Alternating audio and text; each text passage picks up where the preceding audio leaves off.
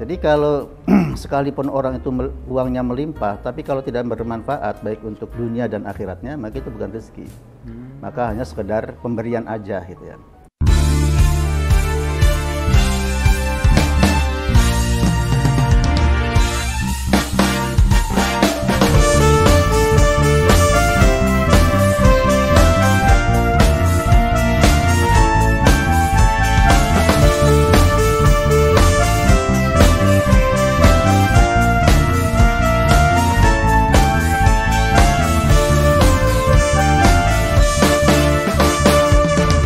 Baik pemirsa, saya akan bacakan beberapa pertanyaan yang sudah disampaikan oleh para pemirsa lewat WA kami.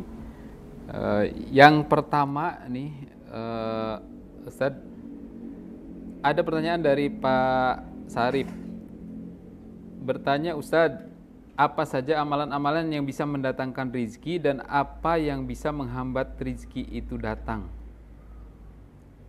Ini nomor satu Ustadz pertanyaannya. Maka silakan dibaca langsung. Jadi kalau amalan yang akan mendatangkan rezeki, salah satunya yang disebutkan tadi adalah amalan takwa. Oh, syukur. Jadi semua amalan kebaikan itu akan mendatangkan rezeki pada prinsipnya seperti termasuk tadi mendawamkan sholat duha. Dan maka dalam sebuah hadis kan dikatakan ya, Rasulullah SAW bersabda, yusbihu ala kulli salama yusbihu ala kulli sulama min ahadikum sadaqah. Jadi setiap persendian itu harus ada sedekahnya. Gitu kan? Ada sedekahnya yang kalau kita baca dalam tafsir hadisnya itu ada sekitar 300-an ya, 360 persendian yang kita miliki. Dan itu harus ada sedekahnya. Lewat sholat duha tadi. Nah, sebentar dulu. Tadi makanya kata Rasulullah, fakullu tasbihatin sedekah. Setiap tasbih itu adalah sedekah. Oh, tasbih juga sedekah. Ya, jadi ketika kita bertasbih itu mensedekahi dari tadi tuh. Dari nikmat Allah yang berupa persendian kita. Gitu kan? Karena sendi itu memang luar biasa nikmatnya saja. Kalau nggak bisa nekuk gimana coba? Kita rasakan kan? Wa kullu tahmidatin sedekah. Setiap membaca alhamdulillah itu sedekah. Wa kullu tahlilatin membaca la ilaha illallah juga sedekah dan seterusnya ya. Sampai kemudian Rasul mengatakan wa yujzi'u min dzalika rak'atani yarka'uhuma minad duha. Dan semua itu dari amalan-amalan dari mulai tasbih, baca alhamdulillah, baca tahlil, baca Allahu akbar, amar ma'ruf nahi mungkar itu termasuk sedekah itu kan. Itu sudah tercover, terkemot dengan 2 rakaat salat duha. Oh gitu. Nah, jadi salat duha itu akan memperlancar, mempermudah datangnya rizki. Tadi bukan sholat duhanya, karena sholat duha itu adalah mengcover nilai sedekah, dan ketika kita bersedekah itu akan dibalas oleh Allah Subhanahu Wa Taala dengan yang lebih. Oh, gitu. Kan itu urut-urutannya itu kan. Iya. Benar ya? Tapi boleh nggak kalau misalnya kita sholat duha supaya rezeki kita banyak gitu? Ya. Kalau berharapnya sama Allah Subhanahu Wa Taala ya nggak apa-apa. Boleh aja berarti. Nggak boleh, gitu kan? Kan yang namanya kita beribadah itu kan ada 3 ya, niat ikhlasnya. Yang pertama kita beribadah nggak mengharapkan apa-apa, kecuali ingin mendapatkan wajah Allah dan ingin mendapatkan ridho Allah Subhanahu Wa Taala. Itu adalah niat yang paling puncak. Niat yang paling bagus gitu ya. Ya. Kemudian yang kedua beribadah ingin mendapatkan surga dan dijauhkan dari neraka. Boleh ya boleh. Karena Al-Quran juga banyak mengatakan wa basyiril ladzina amanu, memberikan kabar gembira itu kan pada orang beriman dan beramal saleh untuk mendapatkan surga. Gitu ya. Dan yang ketiga ya tadi beramal untuk mendapatkan materi duniawi. Dan seperti kita membaca istighfar ya, ingin mendapatkan tadi wa yumditkum bi amwalin wa banin. Yang nggak jadi masalah. Untuk punya anak barangkali ingin punya anak. Kemudian kita sholat duha ingin rezekinya lancar, ya nggak apa-apa. Orang ini juga janji Rasulullah SAW. Gitu ya. Baik. Nah itu Pak Maman. Jadi pokoknya semua amal-amal soleh itu itulah yang akan mempermudah datangnya rezeki. Ya, terutama ya amalan-amalan yang keutamanya dijelaskan oleh Rasulullah SAW. Salah satunya tentang sholat duha. Baik, Pak Sarip itu ya. Berarti tadi semua amalan soleh itu akan membuka pintu rezeki. Nah, yang beberapa khusus diantaranya adalah sholat duha tadi Ustaz gitu ya. Dan satu lagi tuh pertanyaan Sarip tuh. Apa tuh Ustaz? Yang menghalangi rezeki. Oh iya, yang menghalangi rezeki, betul. Tadi yang menghalangi rezeki ya tadi salah satunya adalah dosa-dosa kita. Nah, makanya hadisnya kan tadi ya, innal abda la yuhramar rizqu bidzanbin yusibuhu. Jadi seseorang akan dihalangi rezekinya dengan dosa yang dia lakukan. Ya, jadi dosa-dosa itulah yang akan menghalangi rezeki. Iya. Yang kedua adalah rasa malas.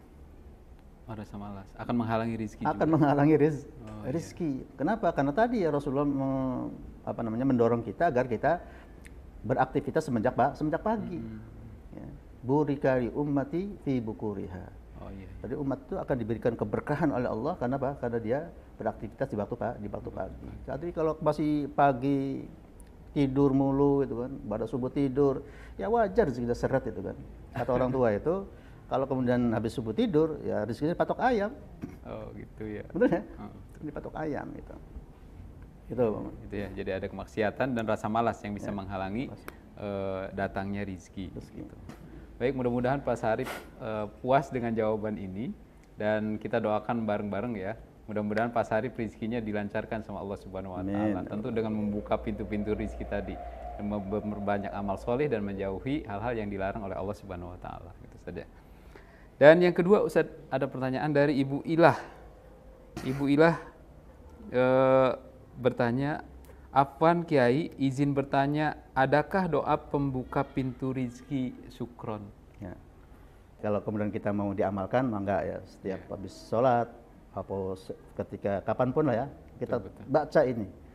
Baca ya Allah, ya Rahman, ya Rahim, ya Hannan, ya Mannan, ya Fattah, ya Razzaq, ya Ghaniyyu, ya Mughni, ikfini bihalalik an haramik. Ya Allah, cukupkanlah aku. Ya. Ikfini, cukupkanlah aku dari sesuatu yang halal. Gitu kan? Gitu. Kemudian wa aghnini bi fadlik amman siwak, dan cukupkan aku, kayakan aku, gitu kan? Kan beda kalau ikfini hanya sekedar cukup. Kalau aghnini itu adalah kaya gitu. Dan berikanlah kekayaan kepadaku bi fadlika, dengan karunia darimu, an halalika, dari yang halal-halal saja. Gitu, Mas. Gitu. Insya Allah dengan kita mengamalkan doa yang dari Rasulullah SAW, mudah-mudahan kita akan dilancarkan rezekinya, dicukupkan ya kehidupannya, dan mudah-mudahan Allah memberikan kekayaan yang melimpah kepada kita, sehingga kekayaan yang kita dapatkan dengan cara yang halal, insya Allah. Amin, amin. Mudah-mudahan bermanfaat untuk semuanya. Terutama Ibu Ilah tadi yang sudah bertanya. Terima kasih atas pertanyaannya. Bahkan kata Habib Naufal, katanya kalau ini terus dibaca, dan kemudian tiba-tiba kita menjadi tidak kewadahan, itu jangan kaget. Wih, luar biasa. Jangan kaget gitu ya. Mudah-mudahan Ma'ilah juga nanti tidak kewadahan nanti setelah mengamalkan doa ini ya. Tapi jangan hanya berdoa, tapi dan usaha itu ya. Insya Allah ya. Usaha keras dibarengi dengan doa, selanjutnya tawakal kepada Allah Subhanahu wa taala. Ya. Baik, yang berikutnya ada pertanyaan ini dari Pak Faisal ya. Pertanyaannya, Afwan izin bertanya Pak Kiai, adakah ayat Al-Quran atau hadis yang secara khusus menjelaskan bahwa sholat duha itu pintu rizki? Tadi sudah dibahas sedikit ya? Enggak, tapi kalau hadisnya iya. Kalau dalam Quran tidak ada, tapi kalau hadis iya. Ya. Tapi bukan secara khusus bahwa duha itu pintu rizki, bukan. Tapi karena duha itu mencakup sedekah dan lain sebagainya, bisa juga membuka maka sedekah pintu itulah rizki, yang akan mendapatkan balasan dari Allah Subhanahu wa taala. Ya, itu Mas Faisal ya. Jadi jangan khawatir, doanya sholat duhanya dilanjut terus ya. Mudah-mudahan rezekinya semakin banyak. Yang berikutnya Ustaz, dari Bu Atik. Bu Atik bertanya, mohon maaf Pak Kiai, apakah ada hubungan antara dosa dengan rizki? Nah ini tadi sudah terbahas sedikit ya. Ya, hubungannya mohon diperjelas aja barangkali Ustaz. Baik. Jadi kalau definisi rizkinya itu rizki secara umum, tadi yang berupa pemberian, karunia, maka itu nggak ada kaitannya. Karena orang kafir yang banyak dosa pun dapat rizki. Tapi yang saya maksud adalah tadi definisi yang kedua dan ketiga. Gitu ya, adalah rizki yang bermanfaat dan rizki yang halal.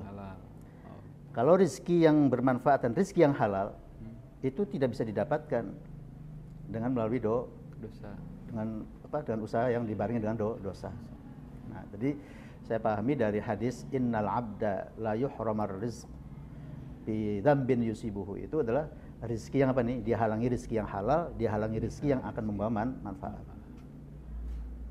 Iya. Baik, Bu Dan Atik. itu kan sebetulnya yang kita harapkan, Iya. bukan hanya sekedar rizki, tapi nggak bermanfaat. Tapi tidak bermanfaat itu. Kalau dikembalikan lagi ke yang dibahas Ustadz tadi di awal, berarti itu sebenarnya bukan rezeki ya. Ya. Kalau yang tidak bermanfaat itu gitu ya. Baik, Bu Atik, itu tadi jawabannya ya. Kita doakan semoga Bu Atik juga lancar-lancar terus rezekinya gitu dan semakin banyak gitu dan bermanfaat tadi sesuai yang disampaikan oleh Ustadz. Gitu. Selanjutnya ada pertanyaan dari Pak Dadan. Apa hubungan antara rezeki yang telah ditakdirkan manusia dan usaha manusia? Ya. Jadi urusan takdir ini kan urusan misterius. Ya, rahasia Kita Allah. taunya takdir itu kalau sudah terjadi. Iya. Betul ya? Betul. Kalau belum terjadi kita nggak tahu. Iya. Karena kita nggak tahu ya sudah kita berusaha maksimal untuk menjemput takdir. Iya. Gitu ya. Tapi memang dalam Al-Quran ada istilah begini, Paman. Jadi yang tadi ya, yang mempunyai prerogatif untuk membagi-bagi rezeki. Iya. Apakah si fulan rezekinya banyak, si fulan rezekinya pas-pasan? Itu kan hak prerogatifnya Allah Subhanahu wa taala. Betul. Kita hanya punya kewajiban untuk berusaha ya. Iya. Itu. Makanya Allah Subhanahu wa taala berfirman, "Qul inna rabbi yabsutur rizqa liman yasha'u min ibadihi wa yaqdiru lah."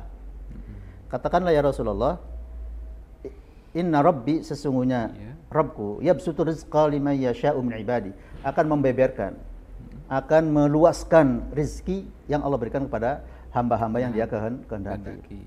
Tapi wa yaqdirulah, dan Allah akan menjatah itu. Akan menjatah kepada orang yang dikehendaki juga. Jadi itu memang betul-betul hak prerogatif Allah. Betul-betul hak prerogatif Allah Subhanahu wa taala. Bisa diganggu gugat. Enggak bisa. Itu adalah haknya Allah Subhanahu wa taala untuk siapa yang akan diberi keluasan rezeki dan siapa yang akan dicukupkan secukupnya itu. Tentu di balik itu ada hikmahnya. Iya. Ada hikmahnya. Apa hikmahnya?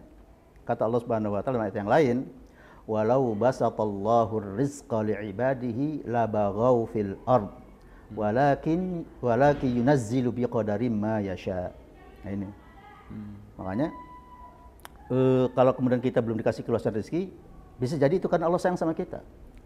Karena kata Allah, walau basatallahu rizqa li'ibadi, dan jika Allah meluaskan rizki kepada hambanya, Allah khawatir la baghaw fil ard. Dia akan menjadi orang yang durhaka itu dengan dan uang yang dimiliki itu. Begitu. Kapan? Ketika imannya belum kuat, hartanya sudah kadung melimpah. Buat apa uangnya kira-kira? Jadi bisa jadi kalau kita belum diberi rezeki yang banyak sama Allah itu karena Allah sayang sama kita. Sayang sama kita.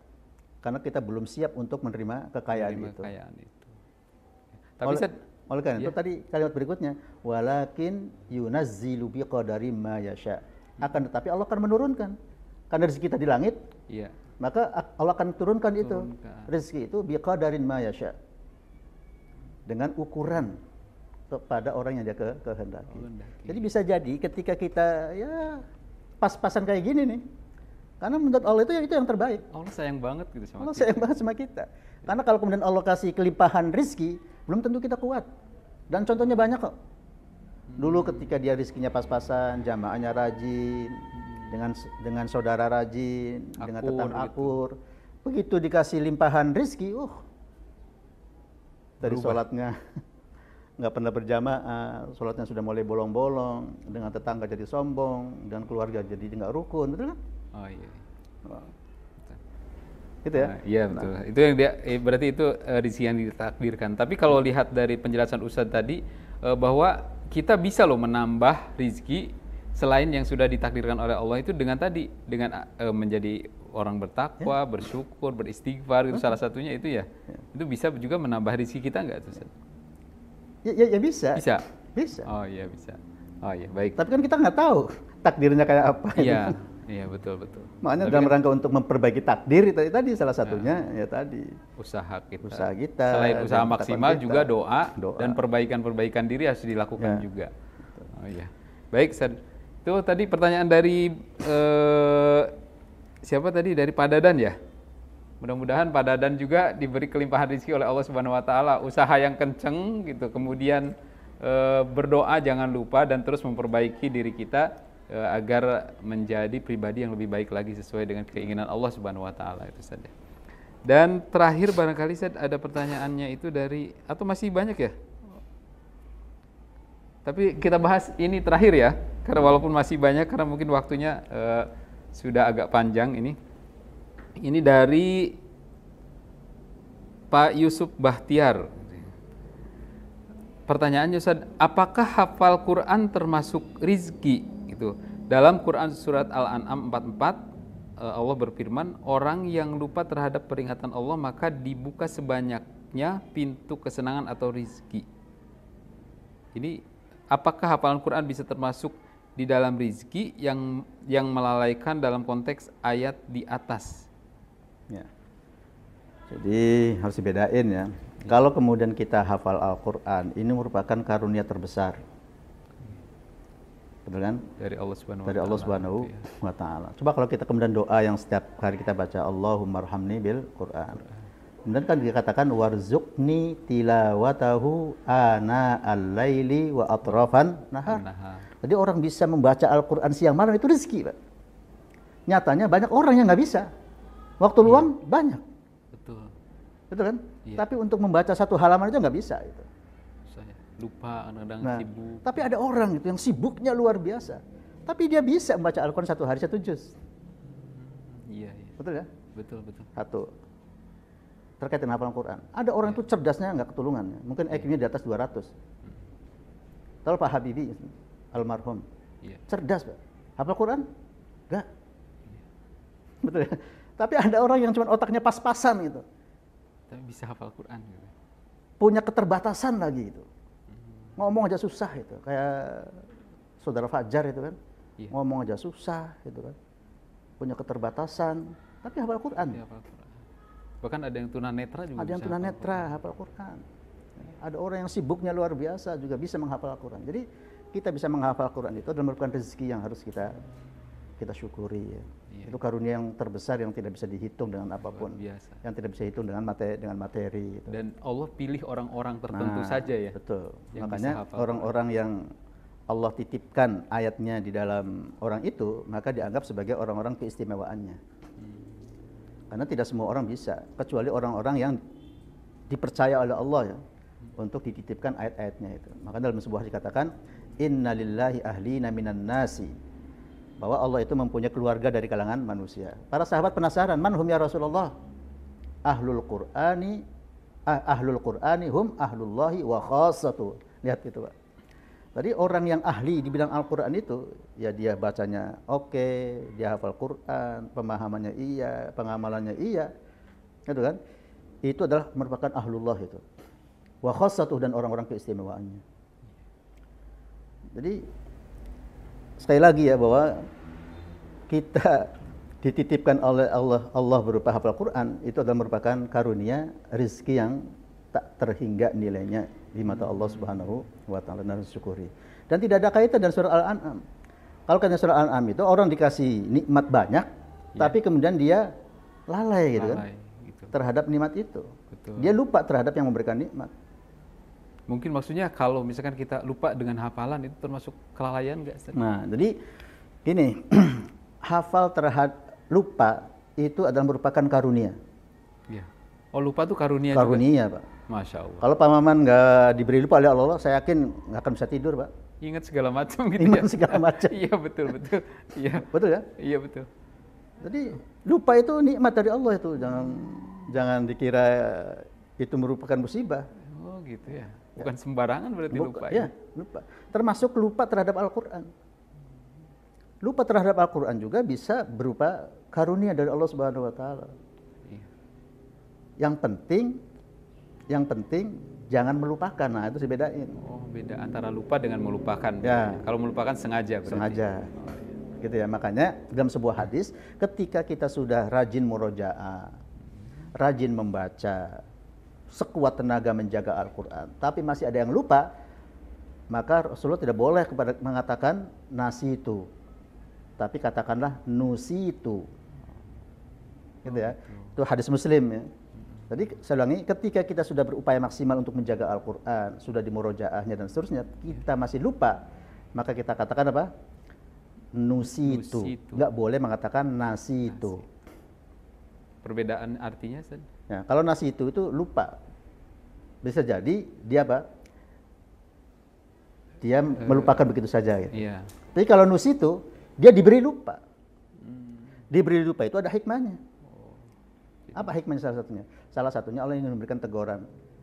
Berarti ketika kamu masih banyak yang lupa, oh berarti murojaahnya kurang ditambahin gitu. Lagi diingatkan sama Allah. Diingatkan sama Allah Subhanahu wa taala. Gitu kan? Yang kedua, diingetin, mungkin kamu mujahadahnya yang kurang.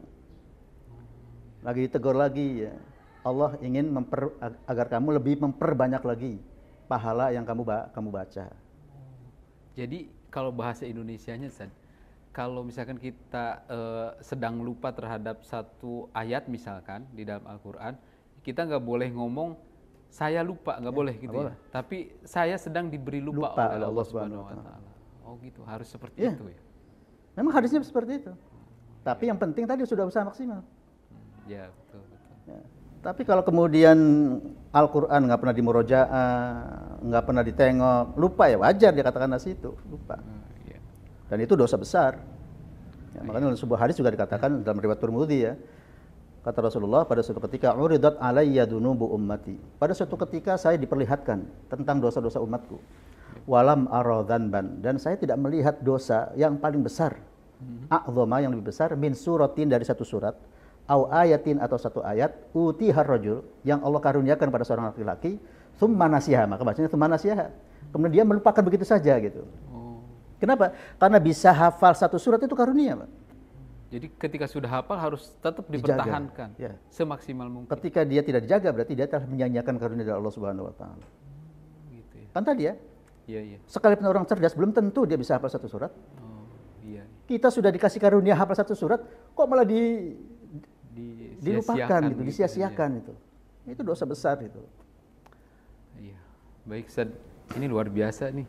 Dari pembicaraan kita tentang rizki, juga ternyata salah satu rizki terbesar itu adalah hafalan Al-Quran gitu saja.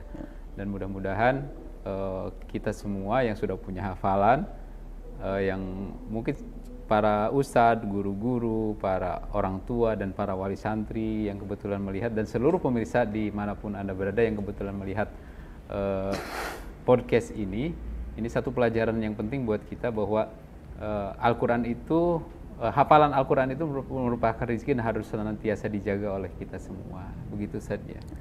Baik, teman-teman semua, sahabat Al-Hikmah TV dimanapun Anda berada, kita sudah sampai di penghujung acara, dan sebelum acara ini kita tutup, kita minta closing statement dulu barangkali dari Ustadz terkait dengan rezeki ini, Ustadz. Mangga, Ustadz. Jadi kita harus meyakini ya bahwa rezeki itu sudah dijatah oleh Allah Subhanahu wa taala. Yang punya hak prerogatif untuk membagi-bagi rezeki adalah Allah Subhanahu wa taala. Oleh karena itu kita jangan khawatir, jangan terlalu fokus untuk memberikan masalah rezeki. Tapi kita fokus kepada usaha untuk mendapatkan rezeki. Melalui apa? Tadi melalui kerja keras, ya, melalui peningkatan ketakwaan kita kepada Allah Subhanahu wa taala, melalui pintu syukur, dan melalui pintu tawakal, dan melalui pintu-pintu yang lain yang akan kita jelaskan pada pertemuan yang akan datang insyaallah. Sehingga dan kita memahami konsep rezeki seperti itu, dan kemudian kita berupaya sekuat tenaga untuk mendapatkannya, mudah-mudahan Allah melapangkan jalannya untuk mendapatkan rezeki yang melimpah, dan kemudian memberikan rezeki yang halal dan rezeki yang bermanfaat buat kehidupan kita baik dunia dan akhirat insyaallah. Iya, baik. Jazakumullah khair, Ustaz. Terima kasih banyak atas penjelasannya pada podcast perdana kali ini. Mudah-mudahan kita bisa diberi kesempatan oleh Allah Subhanahu wa taala untuk melanjutkan podcast selanjutnya dengan bahasan-bahasan yang lain. Bahkan untuk masalah rezeki saja ternyata belum terbahas semuanya ini. Mudah-mudahan kedepannya masih bisa kita lanjutkan lagi pembahasannya. Untuk pemirsa semua yang ada dimanapun, baik di rumah maupun dimanapun Anda menonton podcast ini, saya mengucapkan banyak terima kasih, jazakumullah khair kepada semuanya atas kesediaannya setelah menonton podcast kita pada pagi hari ini. Dan jangan lupa subscribe dan nyalakan juga loncengnya gitu ya, agar kita bisa terus berkarya dalam kebaikan-kebaikan yang insya Allah akan didukung oleh para ustadz dan lain sebagainya. Dan semoga kita bisa bertemu lagi di kesempatan yang akan datang. Jangan lupa semangat terus mencari rizki, dan insya Allah Allah akan memberikan rizki yang terbaik untuk kita semua. Assalamualaikum warahmatullahi wabarakatuh. Waalaikumsalam warahmatullahi wabarakatuh. Pesantren Tauhid Quran terpadu al hikmah membangun